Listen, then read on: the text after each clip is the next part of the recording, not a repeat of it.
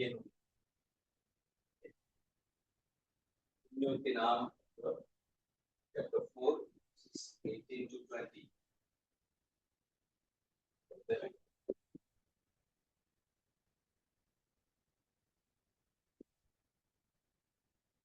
इब्राहिम ने निराशाजनक परिस्थिति में भी आशा रखकर विश्वास किया और वह बहुत से राष्ट्र के पिता बन गए। जैसा कि उनसे कहा गया था, तुम्हारे असंख्य वंशज होंगे। यद्यपि वो जानते थे कि मेरा शरीर अशक्त हो गया है, उनकी अवस्था लगभग 100 वर्ष की थी और सारा बांझ है, तो भी का विश्वास विचलित नहीं हुआ। उन्हें ईश्वर की प्रतिज्ञा पर संदेश नहीं हुआ, बल्कि उन्होंने विश्वास की दृढ़ता द्वारा ईश्वर का सम्मान किया। यह पक्का विश्वास था कि ईश्वर ने जिस बात की प्रतिज्ञा की है वह उसे पूरा करने में समर्थ है। इस विश्वास के कारण ईश्वर ने उन्हें धार्मिक माना है।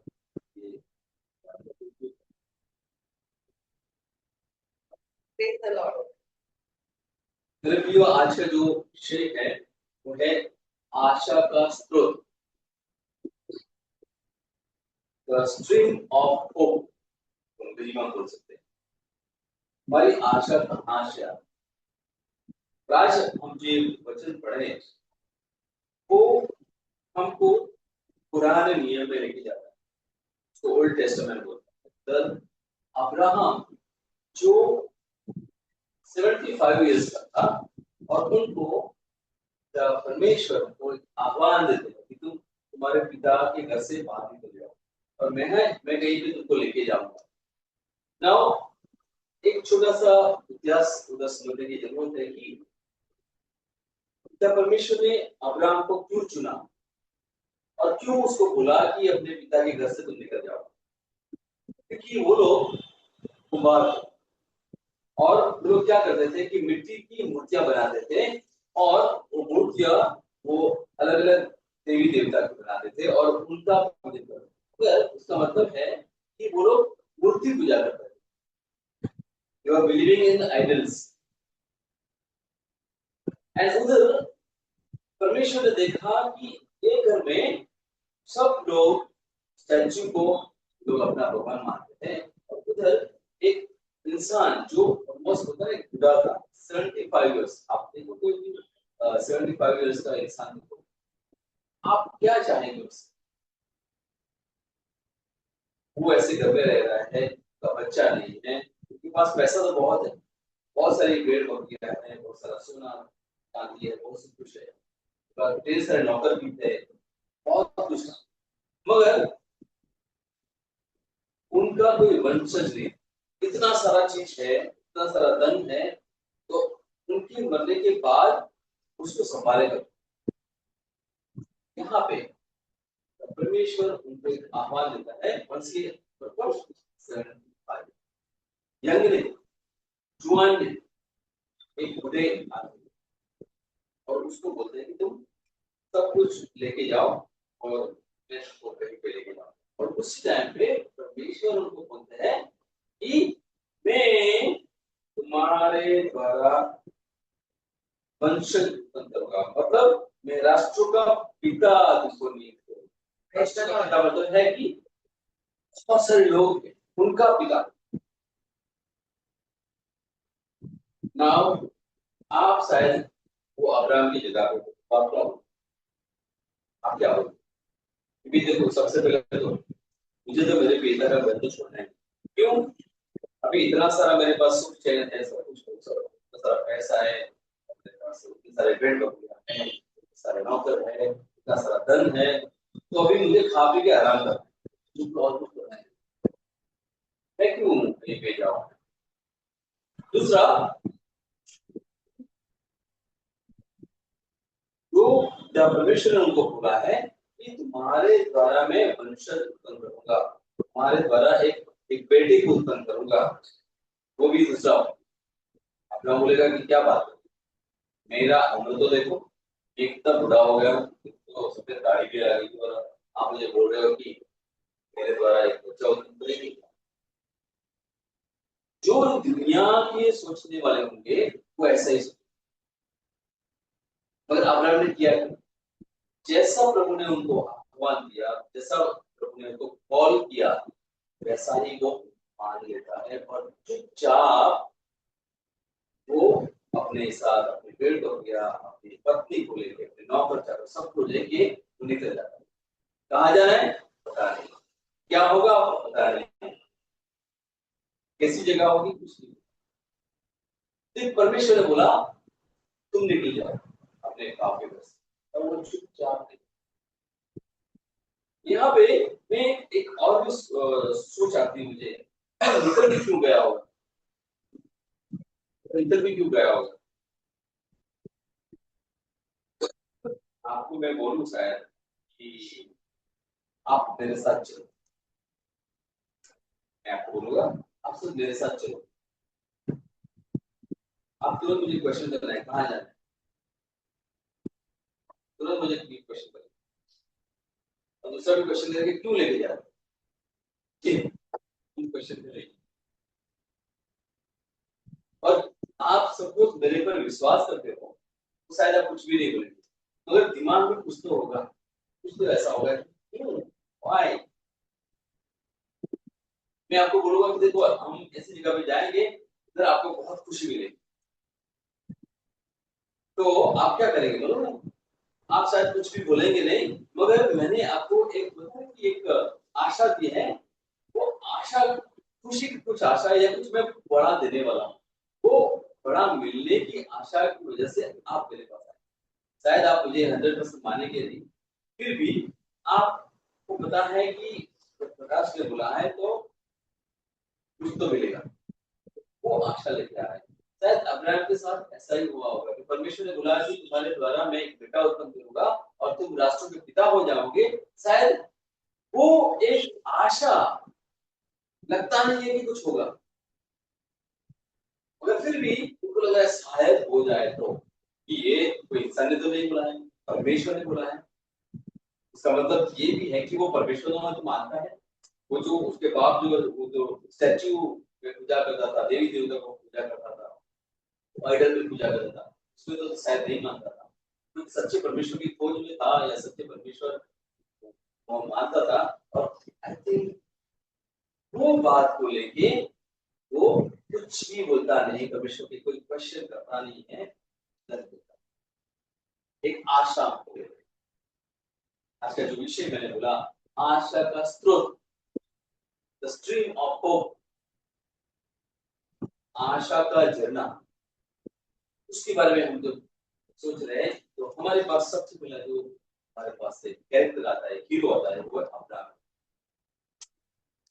तो मेरे प्रियो, हम जिंदगी में किस तरह से जीते हैं, आशा के साथ जीते हैं कि आशा के बिना जीते, हमको ये तो समझने की बहुत जरूरत है। आइए हम लोग एक वचन लेते हैं, फर्स्ट कोरिन्थियंस चैप्टर 15 वर्स 3 to 8। मैंने आप लोगों को मुख्य रूप से वही शिक्षा सुनाई जो मुझे मिली थी, और वह इस प्रकार है, मसीह हमारे पापों के प्रायश्चित के लिए मरे, जैसा कि धर्म ग्रंथ में लिखा है, वह कब्र में रखे गए और तीसरे दिन जी उठे, जैसा कि धर्म ग्रंथ में लिखा है। वह कैफस की और बाद में 12 को भी दिखाई दिए। फिर वह एक ही समय 500 से अधिक भाइयों को दिखाई दिए। उनमें से अधिकांश आज भी जीवित हैं, यद्यपि कुछ मर गए हैं। बाद में वह याकूब को और फिर सब प्रेषितों को दिखाई दिए। सबके बाद वह मुझे भी मानो ठीक समय से 6 जन्मे को दिखाई दिए गए। ये पौलुस बोल रहा है कि आखिरी में मुझे भी दिखाई दिए। वो हमारे पास कभी एक एग्जाम्पल है कि तो वो एक जगह से दूसरी जगह जा रहा था, और उस टाइम पे रास्ते में दमास्कस एक जगह पर जा रहा था। क्यों जा रहा था? जो क्रिश्चियन लोग हैं ना, उनको मारने के लिए, जो लोग यीशु में मानने वाले थे ना, तो बस उनको बोला गया था राजा द्वारा, जो भी ये यीशु में मानते हैं, यीशु का नाम प्रकट करते हैं, उन सबको तुम मारो। और इतना तक कि वो लोग मार के खून भी करते थे, मार देते थे।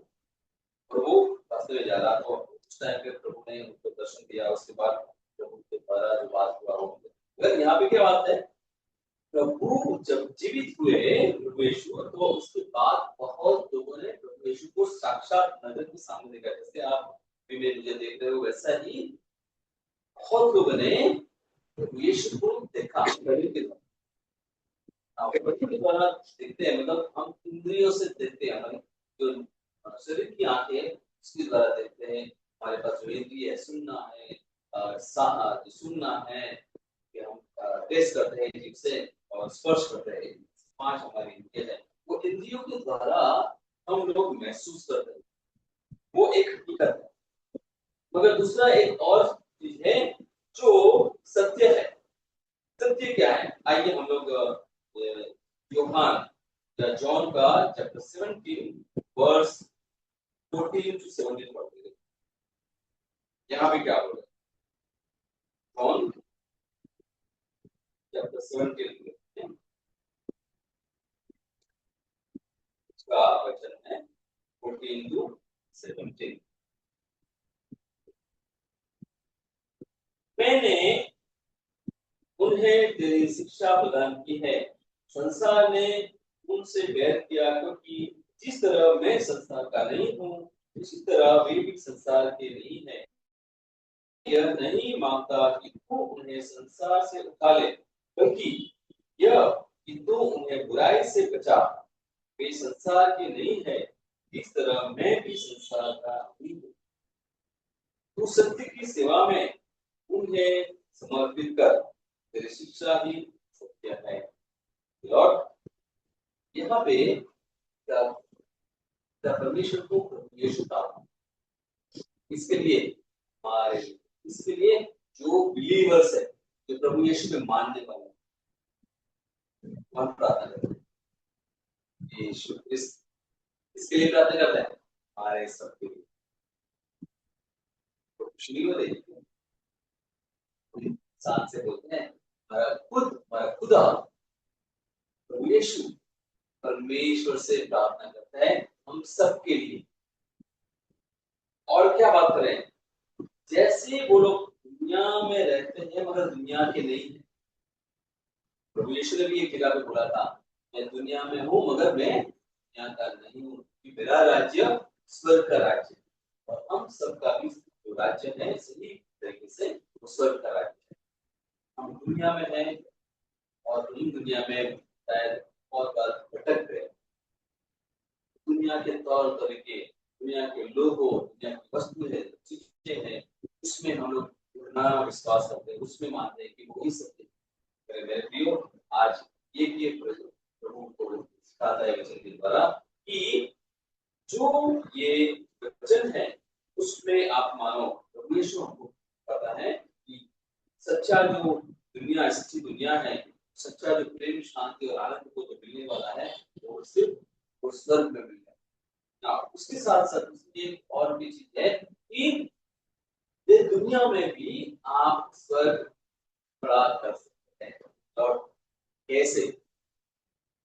दुनिया में रहते भी हम प्रभु के सानिध्य में, प्रभु का वचन, उनकी समझ हम पाए और प्रभु के वचन के अनुसार हम जीवन जीते हैं। दुनिया के तौर तरीकों के द्वारा नहीं, मगर स्वर्गीय बाबत है, स्वर्गीय जो चीजें हैं इसके द्वारा हम जीवन जीते हैं, प्रार्थना में जीवन जीते हैं, पवित्र जीवन जीते हैं। तो वो स्वर्ग का अनुभव आज हमको ये भी हो सकता है। और आइए हम जॉन का chapter 8 and verse 31 to 32। John 8 verse 31 to 32। जिन यहूदियों ने उनमें विश्वास किया, उनसे मूसा ने कहा, यदि तुम मेरी शिक्षा पर दृढ़ रहोगे तो सचमुच मेरे शिष्य सिद्ध होंगे। तुम सत्य को पहचान जाओगे और सत्य तुम्हें स्वतंत्र बना देगा। लॉर्ड, कितनी अच्छी बात है। प्रभु ने क्या बोला मालूम कि यदि तुम मेरी शिक्षा पर दृढ़ रहोगे, तो ये हम लोग क्या आपको एक शिक्षा दे रहे हैं, आपको ऑडियो के द्वारा दे रहे हैं, वीडियो के द्वारा दे रहे हैं, और क्या बोल रहे हैं कि यदि तुम मेरी शिक्षा पर दृढ़ रहोगे तो सचमुच मेरे शिष्य सिद्ध होंगे और तुम सत्य को पहचान जाओगे और सत्य तुम्हें स्वतंत्र करेगा। मेरे प्रियो, आज ये क्वेश्चन मैं पूछना चाहता हूँ, क्या आप लोग स्वतंत्र है? क्या आप लोग स्वतंत्र हैं? ना, स्वतंत्र का मतलब ये नहीं है कि हम जो लोग कैद में हैं वो स्वतंत्र है, जो लोग उनमें नहीं है जो स्वतंत्र है।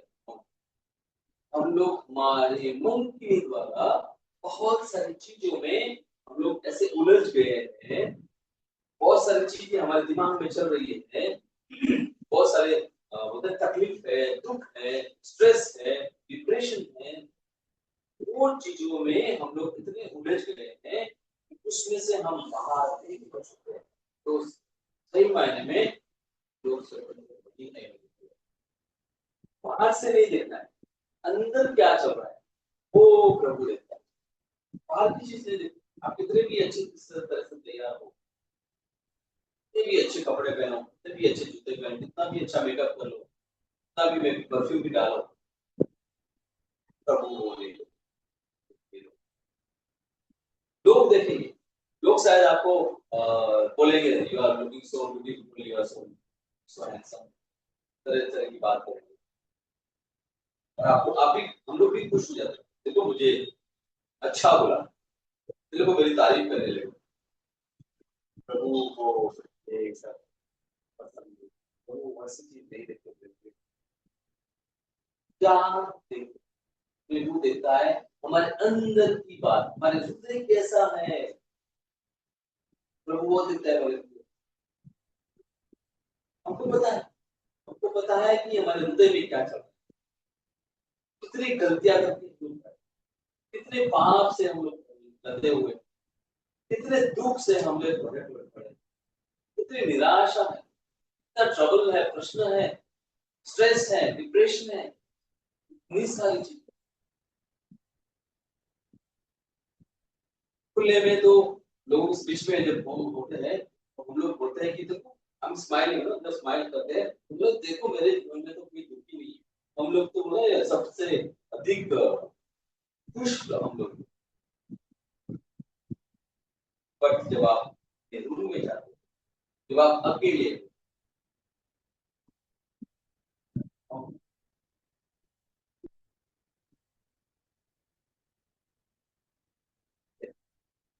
रात रात भर दुखी है, दुखी, उनको लग रहा है कि मेरा दुख कौन जानेगा, उनको लग रहा है कि मैं किसको जाके अपनी बात सुनाऊं।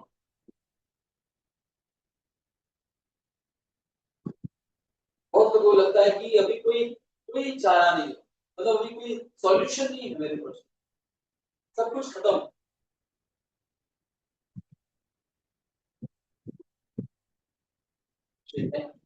आशा का स्रोत। मेरे प्रियो, आज मैं एक बात मेरे सब मेरे नॉर्थ ईस्ट के भाई बहन, एक चीज आप समझ लेना, आज आपके जीवन में एक आशा का स्रोत है, और ये कौन है? ये हमारे प्रभु यीशु है। Praise the Lord. आप प्रभु यीशु के पास आके उठने उठने टेक लो मेरे प्रियो। अपने दुख में बड़े मत रहो, आप मत समझो कि आप अकेले, आप अकेले नहीं है मेरे प्रियो, आप अकेले नहीं। आपकी चिंता कौन करता है? हमारा प्रभु यीशु करता, और वो आपके लिए प्रार्थना करता है परमेश्वर से। उनको पता है कि आपके जीवन में क्या हो रहा है मेरे प्रियो। हम हकीकत में ना रहे, वो फैक्ट में ना रहे, दुनिया की तौर तरीके में ना रहे मेरे प्रियो, बट हम सत्य को जाने, हम हम परमेश्वर के वचन में आए, परमेश्वर की बातों में आए लड़कियों, और वो बातों पे भरोसा करें। ये जो बाइबल है यही हमारा सहारा है मेरे प्रियो, ये वचन हमारा सहारा। हमारे जो हर उनका ऑडियो है व्हाट्सएप पे हम लोग ऑडियो भेजते हैं, आप एक ऑडियो सुन ले, कोई भी ऐसे रैंडम कोई पकड़ के एक ऑडियो सुन ले, देखो मैं आपको गारंटी देता हूँ आपके जीवन में एक आशा का किरण आएगा। You will see the ray of hope, friends. वो बहुत जरूरी है। जिनके जीवन में आशा नहीं है, बहुत दुख के साथ होता हूँ, वो लोग दिमाग में क्या बात आती है, मर जा रहे हैं, मुझे भी जीना नहीं। और मैंने हमारे पास ऐसे लोग भी, और आपको भी शायद पता होगा कि कई लोगों ने अपना जीवन, क्यों? क्योंकि उनको लगा कि अभी जीने का कोई मतलब ही नहीं है, आशा ही नहीं है। जब आशा नहीं है तो आगे एक कदम भी कैसे बढ़ाए, एक कदम भी कैसे बढ़ाए। और इसलिए मैं आपको वापस जो मैंने शुरू में बोला था, एक बड़ा सा एग्जाम्पल मैंने दिया था अब्राहम ने क्या किया, उसने आशा रखी। उनको लग रहा था कि वो हो ही नहीं सकता, मैं तो बूढ़ा हूँ, तेरी बीवी भी बूढ़ी, इतनी बूढ़ी है, ये उम्र में क्या बात हो, तुम 100 साल का, ये 100 साल के इंसान में या 100 साल की एक औरत है, उनके जीवन में क्या बच्चा पैदा है। मगर फिर भी उन्होंने विश्वास किया, और जो विश्वास किया उनके बाद उन्होंने प्रभु का प्रचार, प्रभु को क्या बोलते हैं, प्रकाश देखा, प्रभु का जो ब्लेसिंग था वो देखा। मेरे प्रियो, do not give up, do not give up, आशा मत छोड़िए। आज जो भी है कोई बात नहीं, चिंता मत करो, चिंता मत करो, वो तुम्हारे साथ, प्रभु यीशु आपके अंदर है, वो आपको आशा दे रहा है। आज ये जो तकलीफ वाला जो समय है उसमें भी आपको मजबूत बनने की बात कर रहा है मेरे प्रियो। ये समय आता है कठिन, तो उसमें आप आनंद इसलिए मनाना है। कोई भी बच्चा जो स्कूल में जाता है, आप लोगों ने स्कूल में गए, क्या होता है, वर्ष के आखिर में परीक्षा होती है, एग्जाम होती है। आपने पूरे साल क्या पढ़ा, वो साल भर आपने थोड़ा थोड़ा थोड़ा पढ़ा होता है, तो आखिर में जो एग्जाम आती है उस टाइम पे थोड़ा स्ट्रेस आता है, नर्वस भी हो जाते हैं, तो वो टेस्ट को पास करना पड़ता है। वैसा ही हमारे जीवन का एक ऐसा टेस्ट है, हम जिस समय से गुजर रहे हैं वो हमको पता है वो कठिन है, प्रभु यीशु को भी पता है कि ये कठिन है, पर आपकी क्षमता है कितना तक वो आपको आपकी परीक्षा लेता है, बिकॉज उनको पता है कि अपनी क्षमता है कितना तक झेलने की, इसलिए आपको एक परीक्षा देता है। सबके सबके जीवन में एक तरह की परीक्षा नहीं होती, मुझे याद रखना। आपको लग रहा है कि मेरे जीवन में बहुत बड़ी परीक्षा है, मेरे से सहन नहीं होता है, I can not bear my condition, present condition, no problem, do not worry. लोगों को पता है, सब कुछ पता है। एक होता है लेकिन एक पर्वत की चोटी तक लेके जाएगा, पर्वत की चोटी तक लेके जाएगा, और उधर से बोलेगा बस यहाँ तक आ गया, अभी मैं तुम्हारे जीवन में बहुत सारी प्रॉस्पेरिटी, बहुत सारा वैभव तुमको जो मैं देने वाला हूँ, तुमको कल्पना भी नहीं होगी, will not even imagine how much I am going to give you, क्योंकि तुम परीक्षा में पास हो गए। ये समय लगे रहो, डटे रहो, डटे रहो। मेरे मेरे ऑफिस में मैंने ऐसे लोगों को देखा है, वो डटे रहे, लोग रोते हैं मगर फिर भी चलते रहते हैं। मैंने देखा है, मेरे साथ बात भी किया, ऐसे ऑफिस के बारे में होता है, मेरे ब्रदर तकलीफ है मगर फिर भी हम चल रहे हैं, फिर भी हम चल रहे हैं, मैं काम कर रहे हैं, हम लोग सब कुछ कर रहे हैं, प्रार्थना भी कर रहे हैं, बाइबल वचन भी करते हैं, ये ऑडियो भी वो भी सुन रहे हैं। क्या करें, उससे हमको हिम्मत मिल रही है जिंदगी जीने की। हम भटक ले रहे हैं, कभी गलती भी हो जाती है, तुरंत वापस आ जाते हैं और प्रभु के रास्ते पर हम चल रहे हैं। क्यों? क्योंकि हमको पता है, एक आशा है, होप है कि एक दिन तो प्रभु हमको भरपूर आनंद देने वाला। Praise the Lord. ये बात पर हमको गर्व करना है, ये बात पर हमको गर्व करना है। इतना अच्छा वचन तुमने आज किया है। इसलिए जो हकीकत है, जो अभी का जो सिचुएशन है, उसको ना देखे, जो सत्य है, जो परमेश्वर हमारे जीवन में जो बड़ा काम करने वाला है, उसको हम देखें। जैसे हिब्रू का 11वां अध्याय और पहला उसमें बोलता है कि जो नहीं दिखता है उनको देखो, उस पर आशा रखो। आज परमेश्वर हमको ये सुंदर आशा देता है, इसलिए हम लोग करते हैं, वो हमारे लिए प्रार्थना करते। सबसे बड़ी बात जो है कि प्रभु यीशु आप और मेरे लिए प्रार्थना कर रहे हैं, उनको सब कुछ बताया कि जीवन में क्या हो। Let us not give up. आशा ना छोड़ो, आशा ना, कभी भी अपने आप को गलत मत करो, दूसरों को भी गलत मत करो कि वो शैतान का काम, ये सब दिमाग में डालो। कोई गलत नहीं, प्रभु ने जेनेसिस में बोला है, प्रभु ने जो आया उनके प्रति मूर्ति रूप परमेश्वर ने सबको जो बनाया वो उनकी जैसा बनाया। हमारा कोई हक नहीं है किसी को गलत। ये आशा से देखेंगे कि परमेश्वर हमारे जीवन में कितने बड़े काम कर रहा है। इस समय ये समय पर जो आने वाला समय है, जो बड़ा बड़ा उद्धार करने वाला समय है, उसको हम देखेंगे। देखिए इस पर आशा रखें और आज काम आज करते हैं। Praise the Lord.